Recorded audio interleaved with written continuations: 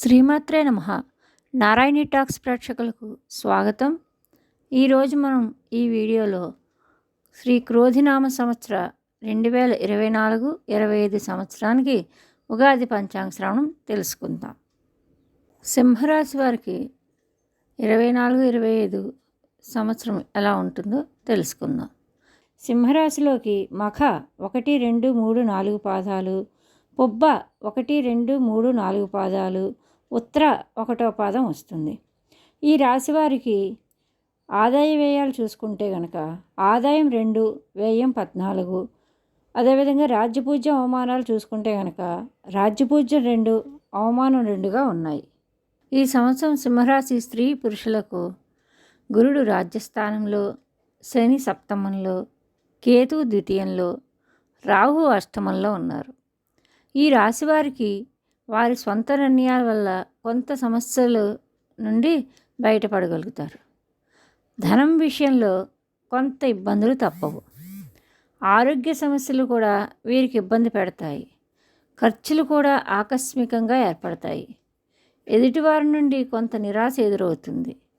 వివాహ విషయంలో కొంత తీవ్రమైన ప్రయత్నం చేస్తే పని సానుకూలం అవుతుంది.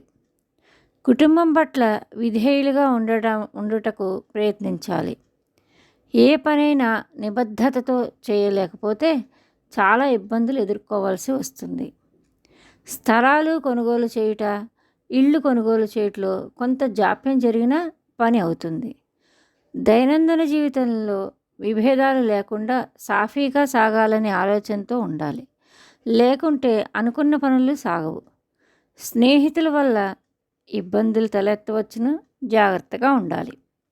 కొత్త వారితో పరిచయాలు చేయనప్పుడు అన్ని విషయాలు బహిర్గతం చేయకుండా గోప్యత పాటించడం చెప్పదగ్గ సూచన.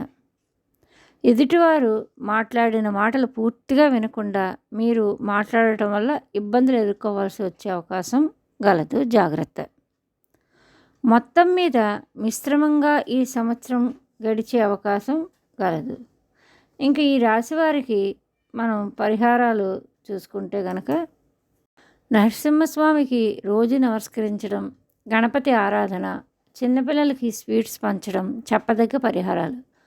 మొక్కలు పెంచడం వల్ల కూడా వీరికి చాలా మంచి ఉపయోగంగా ఉంటుంది. ఈ ఫలితాలు కేవలం గోచారంపై మాత్రమే చెప్పబడింది.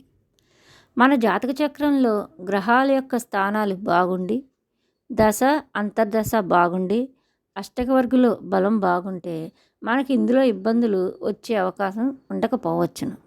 ఇది కూడా గ్రహించగలరు.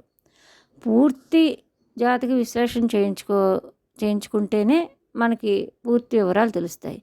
మీ దగ్గరలోని జ్యోతిష పండితులను కలిసి పూర్తి జాతక విశ్లేషణ ఏమైనా ఉంటే చేయించుకోగలరు. శ్రీమాత్రే నమః.